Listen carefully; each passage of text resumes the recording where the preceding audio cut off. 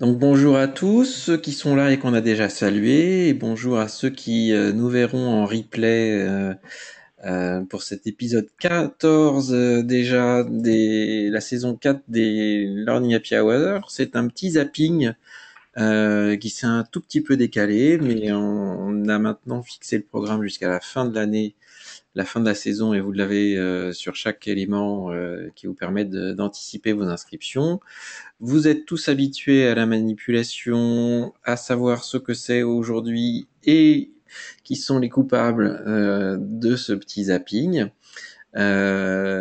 Philippe va nous laisser peut-être avant la fin, parce qu'il a la chance de prendre un avion pour partir en vacances, et histoire de pas faire de jaloux, je vais donc dire qu'en plus il va à l'île Maurice. Voilà. Alors le programme de ce petit zapping de la formation, eh bien le produit du mois, qui est pas tout à fait du mois, mais en fait on avait envie d'en parler ce mois-ci. Une petite start-up du e-learning qu'on a déniché également, le marché de la EdTech, et puis ça fera un peu écho l'un et l'autre avec une tendance qu'on aimerait bien vous évoquer et en discuter avec vous. Un petit peu de lecture avec un S, comme d'habitude, le coin de la techno, et puis l'événement de mars dont on fera un petit rappel. Voilà, et le prochain épisode. Alors, pour démarrer aujourd'hui, donc le petit scoop de la loupe.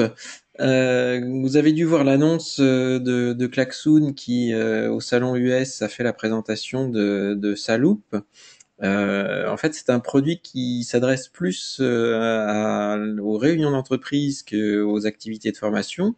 C'est une sorte de produit dérivé de leur boîte sur lequel il n'y a pas encore de communication officielle, mais on en a pu en savoir un petit peu quand même. Et peut-être que Jean-Marc, en tant que bon client de Klaxoon, pourra compléter l'information qu'on a réussi à avoir.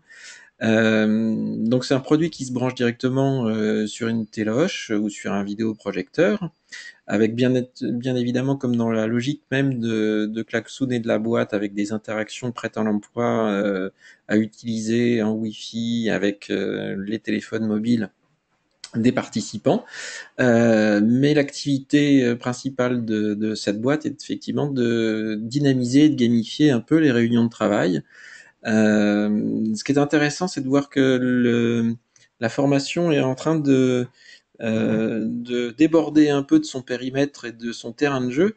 Elle a emprunté jusqu'à présent des outils qui n'étaient pas forcément destinés à la formation, et en fait maintenant que la formation commence à être innovante, dynamique, avec des solutions sympathiques, l'utilisation des outils qui précédemment étaient réservés à la formation déborde un peu à d'autres usages. Et Klaxoon, d'une manière assez opportuniste et intelligente, capitalise sur son savoir-faire acquis en formation pour le proposer à d'autres activités. On a même fait un produit à part. Voilà, alors je ne sais pas si Jean-Marc, tu as de ton côté des informations complémentaires par rapport à celles qu'on a réussi à avoir. Alors pas du tout. Et puis, par contre, j'ai hâte en fait de pouvoir tester parce que j'en ai, ouais, ils ont fait pas mal de pubs déjà, Ouais. mais j'ai pas plus d'infos que vous. Voilà, donc tout en restant quand même un poil mystérieux sur les Hmm. fonctionnalités exactes. Alors quand c'est ça, il y a deux raisons. C'est soit parce qu'il y a effectivement un teaser extrêmement bien fait et qui fait monter la pression, ou alors soit le truc est pas fini. Et, À et, mon avis, c'est plutôt ça. et il me semblerait que ça soit plutôt la deuxième solution. Enfin voilà, ce qui est assez sympa, c'est que en fait, ce qui a été à l'initiative de tous ces produits-là et avant Klaxoon, c'est les outils qui étaient précédemment plutôt en ligne pour faire des sondages, des quiz, des questions-réponses, etc. Et puis Klaxoon a eu la bonne idée de mettre ça en boîte pour éviter d'avoir à se connecter à Internet. Et maintenant, ça se démocratise quand même beaucoup. Et ce qui est intéressant, c'est Hmm. de voir que on avait besoin de réveiller un peu les participants aux formations, et que maintenant, il s'avère qu'on est obligé de faire à peu près les mêmes efforts pour les participants aux réunions. Voilà, donc c'est assez marrant de voir que la Je formation. crois- ouais. Peut-être que c'est aussi pour un moyen pour Klaxon d'élargir enfin leur gamme de produits parce qu'en fait, ce qu'ils proposent, il commence à y avoir des nouveaux entrants sur leur marché, donc j'imagine qu'ils ont besoin de se diversifier aussi. Tout à fait. Ce qui donne pour le concurrent historique de Klaxoon, qui était Magency Digital, un petit peu de retard maintenant, et c'est Mm. voilà, quelque chose. Mais il semblerait que Magency Digital a aussi une volonté de développement et d'accélération et quelques moyens, puisqu'ils sont en train de faire des recrutements. Bon voilà, on n'est pas à l'abri de bonnes surprises de ce côté-là.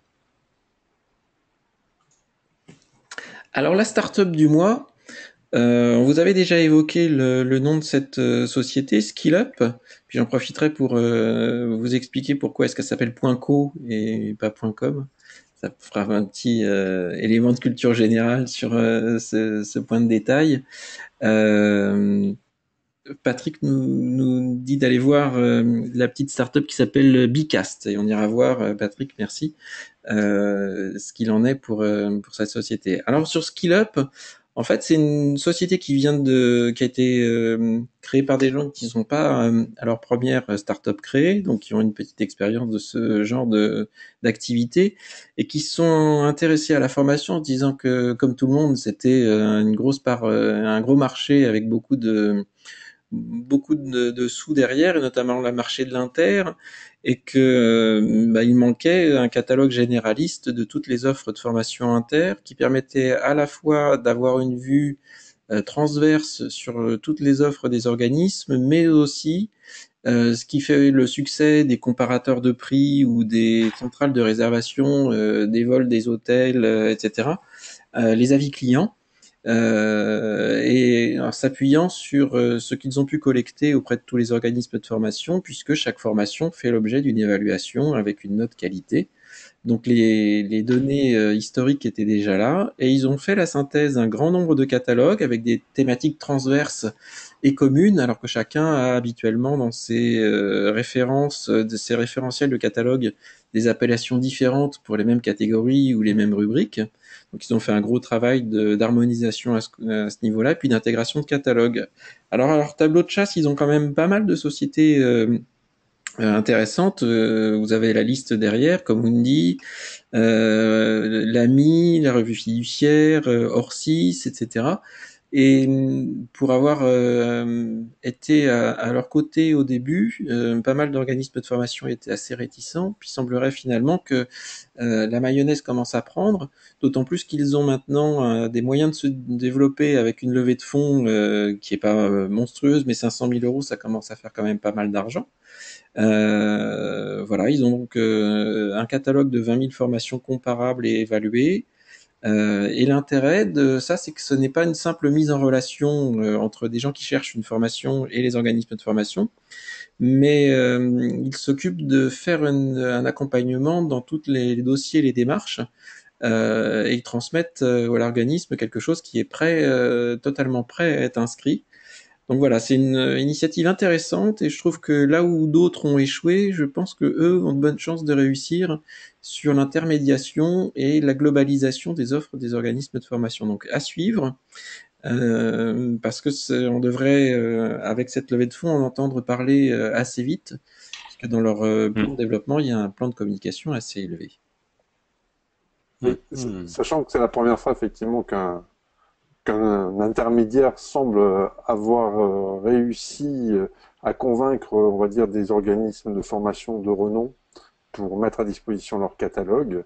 Jusqu'à présent, tous étaient un peu refusés en disant on risque de se faire taxer au passage d'un pourcentage sur notre chiffre d'affaires.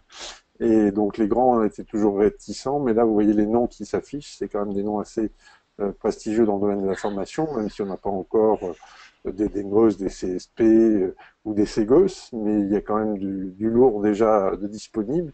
Et ce qui est sûr, c'est qu'on peut s'interroger sur la raison de ce début de succès, soit parce que le marché de l'inter est un peu trop en souffrance et du coup chacun se dit que finalement, quel que soit le canal, l'essentiel c'est de pouvoir vendre. Ça peut être une bonne raison, soit parce qu'effectivement, ils ont trouvé un business model qui permet de convaincre finalement les gros opérateurs également que finalement leur risque à passer par un intermédiaire est moins élevé que de passer à côté de l'intermédiaire. Mm. Chez CSP, on regarde ça de près d'ailleurs. Mhm. Ouais. Voilà. Ah, c'est un Alors, peu l'ubérisation de la formation, ça, c'est un finalement. peu ça. C'est un petit peu ça. Et ça Des ressemble à ça. intermédiations, Voilà. quoi. D'autant plus que Disons le que site. ça peut être le kayak de la formation ou voilà ou le TripAdvisor, c'est Ouais, dans ouais, cette c'est ça. Ouais, ouais, dimension-là. ouais. Ouais. Et on voit les quelques dérives qu'il y a pu avoir côté TripAdvisor, où il y avait un petit peu d'arbitraire et de partial dans l'orientation vers certains produits. Et ce que j'ai oublié de vous dire dessus, c'est qu'il référence aussi, il commence à référencer les MOOC. Donc, ce qui montre bien que Hmm. la formation devient un produit avec des formes qui peuvent être différentes et voire comparables. Ouais. Voilà, une petite boîte à suivre. Alors Ouais, pour ceux Lino a mis son catalogue à Ouais. disposition, et ce qui prouve bien que ce que l'on imaginait ou ce que l'on disait il y a quelques mois de cela en disant que les Spock étaient un des concurrents majeurs de l'interentreprise, elle se révèle exacte puisque ces gens-là ont bien compris que vendre du stage inter ou vendre de la place dans un Spock, c'était un peu la même chose. Hmm. Voilà. Et alors donc pour le petit détail, pourquoi .co, vous devez voir en ce moment sur pas mal d'outils ou de sites les .co ou les .io pour pas mal de startups internet. Ben, la raison est extrêmement simple. C'est que il y a eu un hold-up de beaucoup de noms de domaine en .com qui ont été pré-réservés et pré-achetés par pas mal de gens qui ont fait de la spéculation dessus. Et donc, il y a énormément de noms de domaine qui ne sont pas disponibles en .com, bien qu'ils ne soient pas exploités, alors que des petites extensions de pays comme la Colombie, Co ou IO, dont je me souviens plus l'origine, sont des noms de domaine qui sont très peu utilisés. Donc, il y a énormément de noms de domaine disponibles sur ces deux extensions .co et .io, et ce qui permet d'avoir des noms de domaine avec des mots qui ont du sens ou qui sonnent bien sans avoir besoin de les racheter à fort prix à ceux qui spéculent sur les .com. Voilà. Pour la petite histoire. Culture générale web. Alors moi j'aime bien celle-là, une petite sélection, une recherche sur lequel est tombé Philippe. Il y a eu donc le top 10 de la tech qui a été sélectionné par Forbes. Voilà, et si on regarde la liste, donc on voit bien Open Classroom, société qu'on connaît, 360 qu'on connaît, et puis pour pratiquement tout le reste sauf Domotio et encore, ce sont des gens qui sont dans le domaine de l'édu, plus que la formation professionnelle.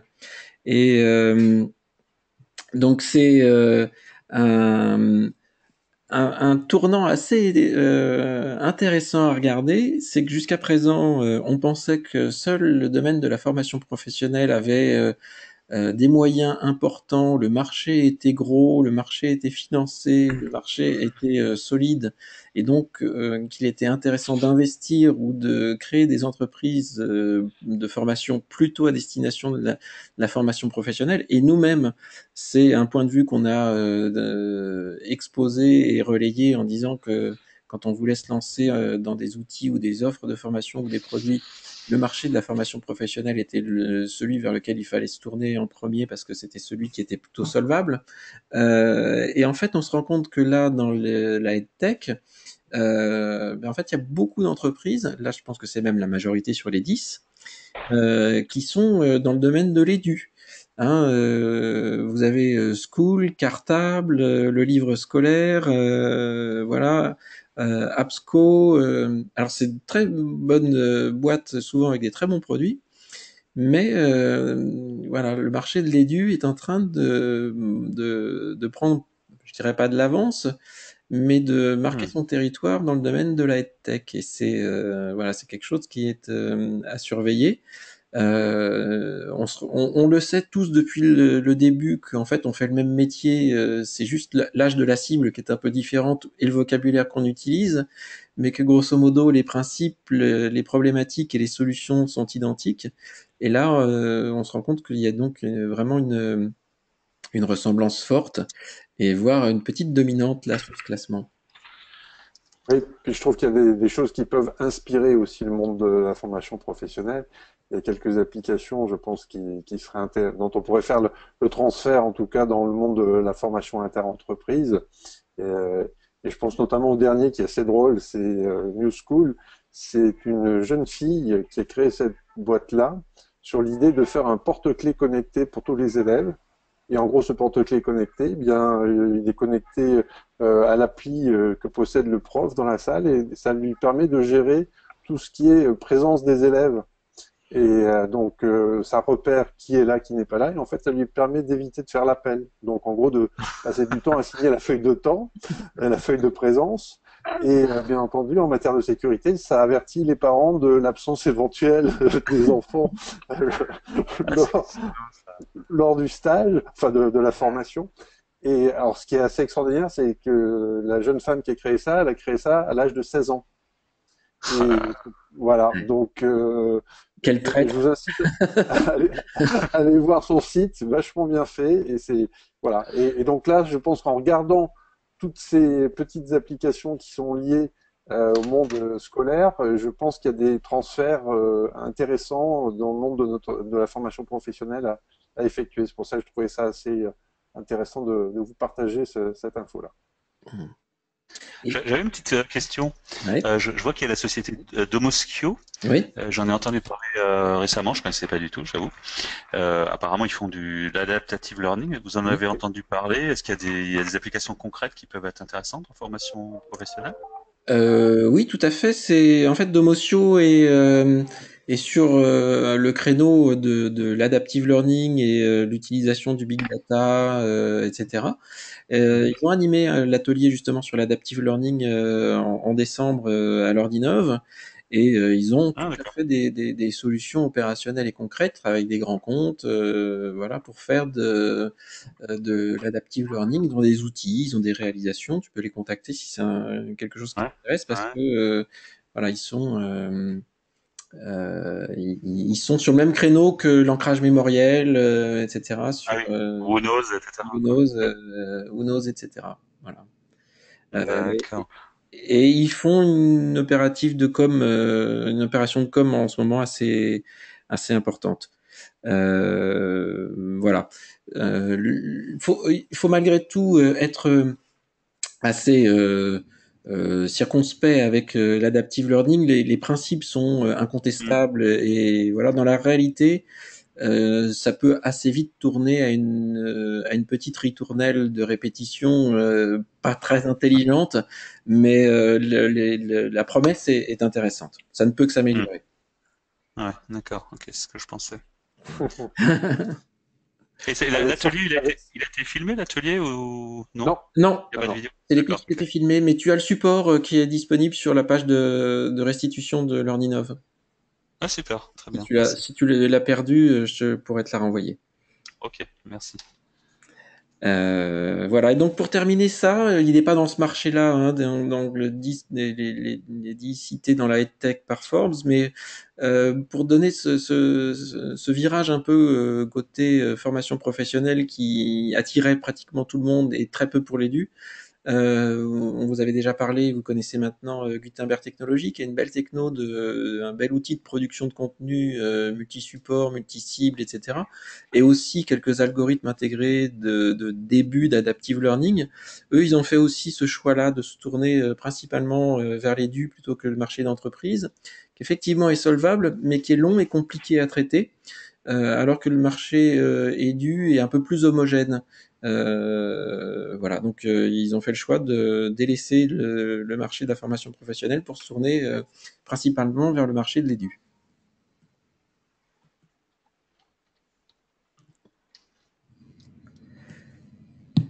Et donc pour rester sur cette thématique-là, alors on n'a pas fait une sélection exprès pour enfoncer le clou et pour justifier notre propos, mais c'est plutôt l'actualité qui marque ce petit penchant-là.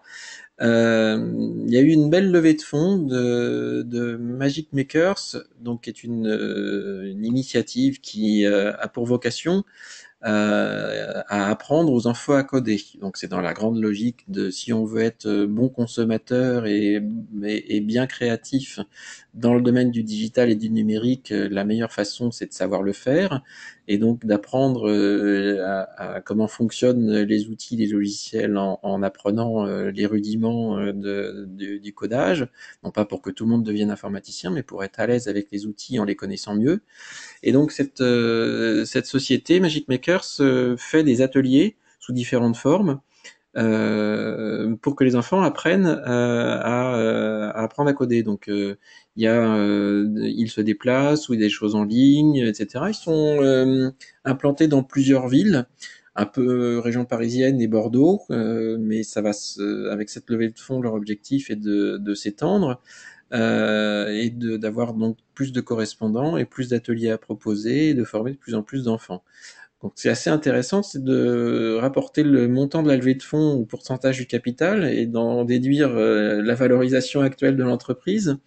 Ça fait une belle somme pour quelque chose qui ne doit pas avoir un chiffre d'affaires mirobolant. Et voilà, donc c'est encore une fois quelque chose qui est intéressant de voir qu'il y a des fonds qui sont levés pour des initiatives qui sont principalement édues. Et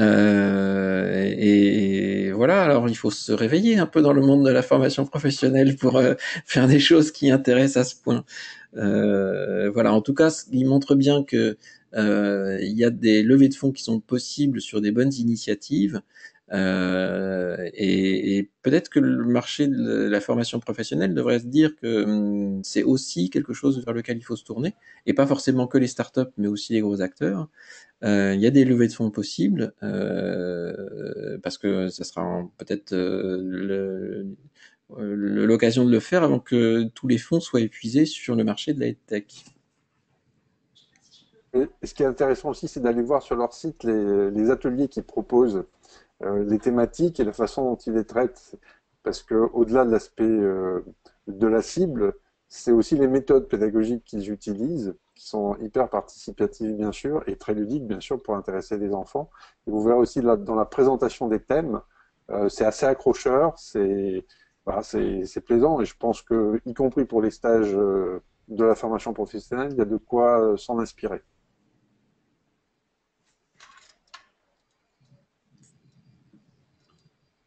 Alors, on se pose tous la question et on a déjà traité ce sujet dans des webinaires, des newsletters et dans d'autres Learning Happy Hour, l'utilisation de la vidéo pour faire des capsules de formation et des petites séquences pédagogiques. On connaît le traditionnel format du MOOC avec l'expert qui se filme plus incrustation. On connaît le format de la vidéo dessinée, etc.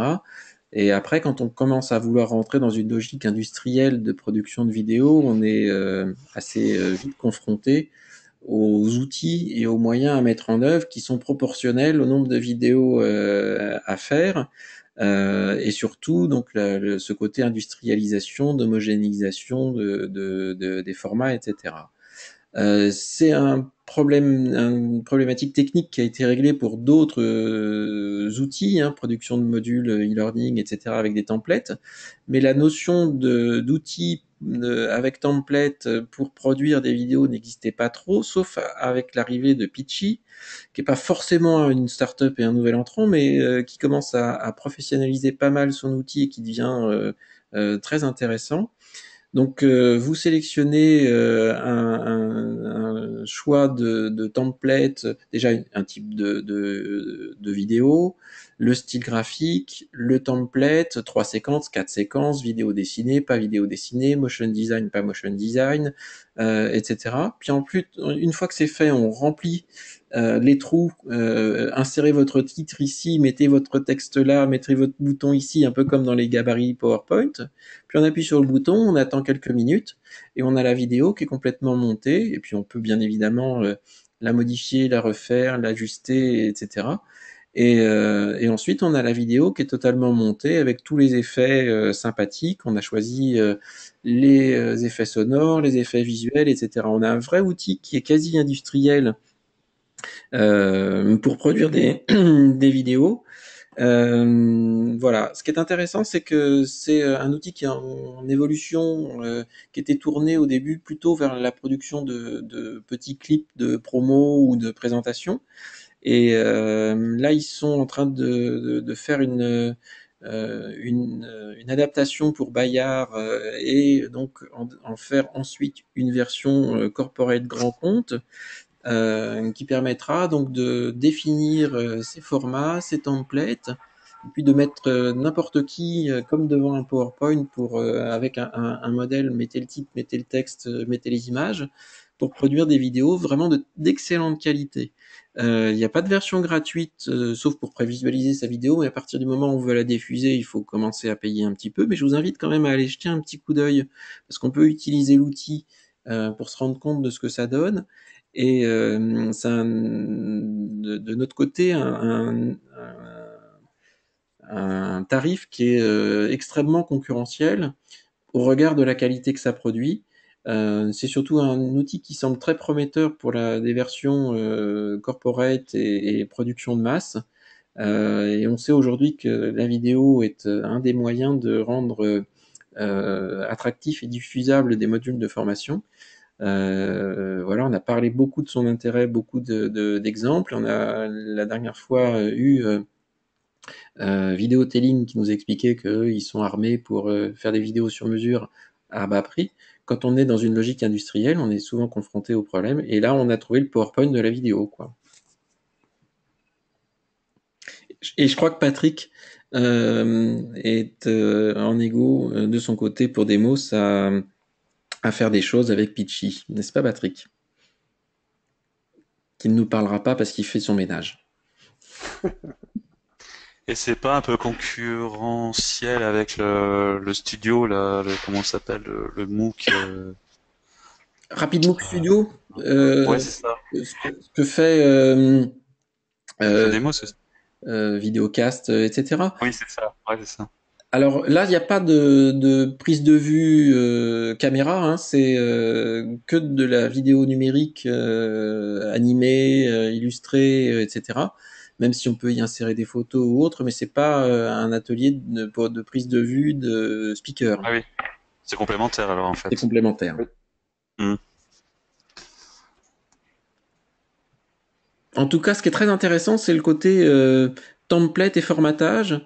Ce qui fait qu'une fois qu'on a défini une série de templates et une série de formats, on peut mettre ça entre toutes les mains d'auteurs ou d'experts qui n'ont plus qu'à rentrer leur contenu dans les cases et dans les trous pour produire des vidéos qui seront de qualité irréprochable et totalement homogènes sans avoir jamais à savoir utiliser un logiciel vidéo. C'est encore plus simple que iMovie alors. C'est encore beaucoup plus simple que iMovie, mais si tu es utilisateur de iMovie, tu as vu, il y a quelques modèles de générique, etc. C'est sur ce Ouais. principe-là, mais encore beaucoup plus simple. Mhm. Et totalement en ligne. Hmm.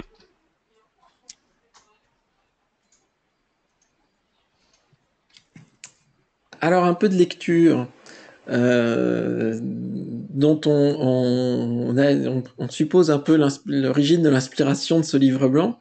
C'est la première fois qu'on fait pas de la promo, mais qu'on parle d'un ouvrage qui n'est pas un truc public, mais qui est l'objet d'un éditeur.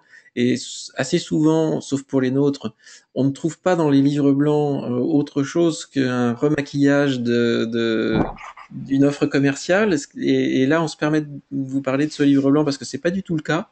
On aurait même pu masquer le logo parce qu'on va même pas citer l'origine pour pas faire de pub, mais son contenu est vraiment bon, riche de bons conseils et pas de promo, donc c'est pour ça qu'on en parle. Avec une vraie méthodologie. Il y a même un petit chapitre très bien. Voilà l'argumentaire à donner à votre responsable pour le convaincre que les MOOC sont des ressources intégrables dans des parcours de formation. Et ça reste très objectif et indépendant, malgré tout. Voilà, donc c'est une bonne petite lecture pour avoir une idée en quelques pages de comment utiliser intelligemment la profusion de MOOC de qualité pour bâtir des programmes de formation et des parcours de formation. Donc voilà, on a listé les quelques points comme les contraintes administratives. C'est louable cette très bonne initiative parce que c'est indépendant, puisque vous avez même la liste des outils que vous pouvez utiliser pour produire ou intégrer des MOOC et il y a même des concurrents qui sont cités. Donc voilà, c'est difficile de faire quelque chose pour eux de totalement objectif, mais l'exercice est quasi réussi. Et donc c'est un livre blanc qu'on vous conseille de lire, qui est vraiment de bons conseils. Et à ce sujet, je me souviens avoir lu aussi un livre blanc de très bonne qualité de Youno il y a peut-être 1 ou 2 ans, où ils Alors avaient il y déjà a sorti quelque chose sur la pédagogie, je crois, des MOOC. Enfin, j'avais trouvé vraiment très bien fait. tout à fait. Et ils avaient même orchestré le lancement de Youno avec un très bon livre blanc sur qu'est-ce qu'un MOOC, comment ça se constitue, qu'est-ce qu'on peut en Ouais, faire. exactement. Il y a 3 ans de ça, au lancement de Youno. Ou peut-être 3, Euh, ouais. Ouais, ouais. voilà, c'était c'était très éclairant sur les MOOC, ce que c'est, comment on les constitue, comment on les fait. Voilà, donc là, il reste avec un très bon livre blanc et voilà, comme quoi, je pense que c'est pas le nombre de livres blancs qui est important pour une entreprise, mais plutôt sa qualité.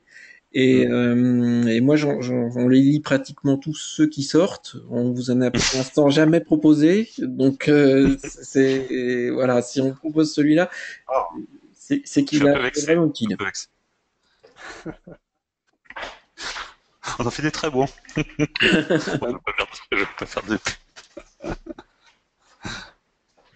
Alors, pour poursuivre la lecture, Christine Paolini, que tu dois connaître, peut-être Jean-Marc, voilà, a fait un petit bouquin qui est assez sympa, qui explique, qui donne les principes de base pour être tous bons formateurs dans la transmission de son savoir.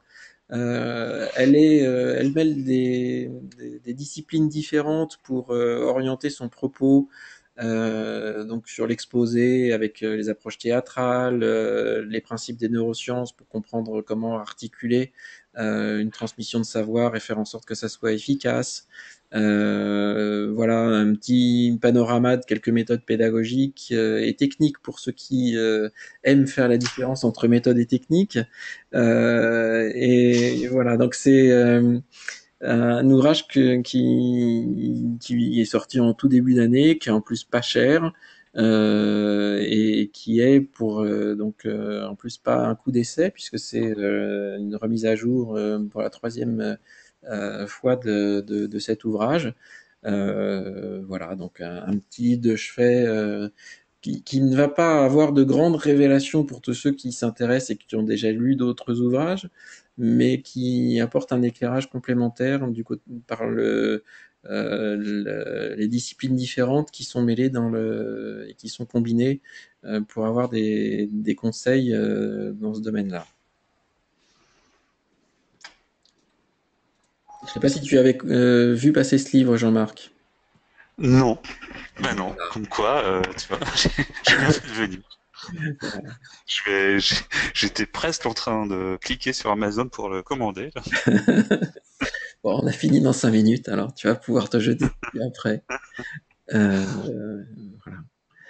Alors, pour finir, on n'est pas peu fiers de vous dire qu'on fait la conférence d'ouverture de e-Learn Expo le 21 mars et que la salle est déjà pleine de réservations et voilà, donc ça nous fait vachement plaisir. Bon, et puis après, on aura l'occasion éventuellement de se revoir mercredi ou jeudi. Nous, on ne sera pas exposants, mais on ira vous rencontrer si vous êtes dans les allées ou derrière vos stands à cette semaine-là. Voilà. ah, c'est 3 autres conférences qui seront animées par ILDI, dispositif blended, réalité virtuelle, neurolearning. Voilà, la dernière n'étant pas surprenante.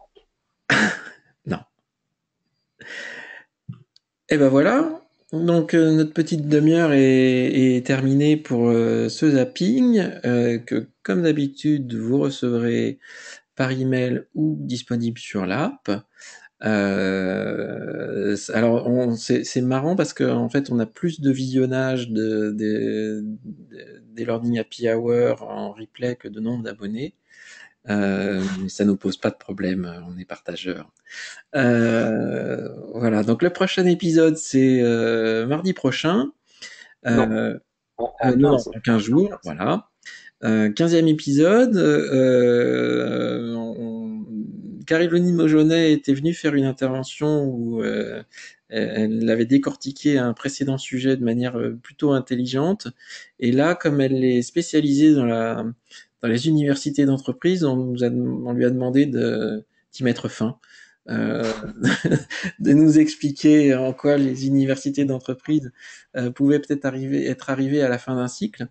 Et ça me permet de reboucler sur une thématique transversale qu'on a eue tout au long de cet épisode, sur le rapprochement de l'édu et de la formation professionnelle, puisque en même temps que la journée qu'on organise sur le MOOC et Mobile le 30 mars, EduCro fait une journée sur les universités d'entreprise.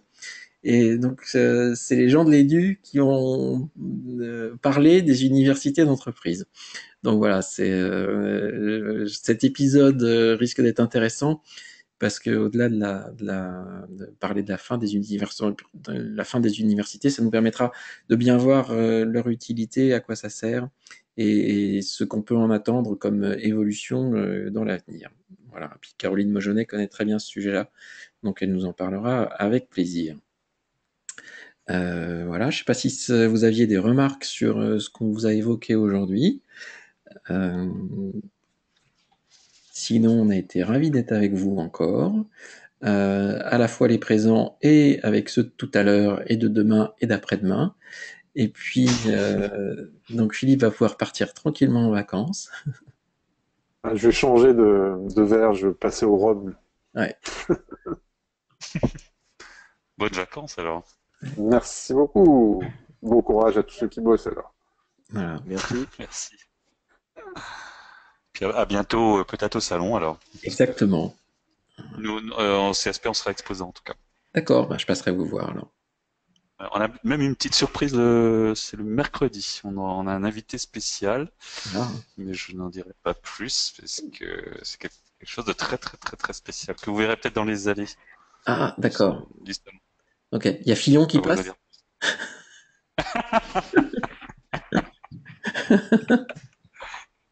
Ah, vous êtes dur, hein, le pauvre. Ouais, c'est vrai.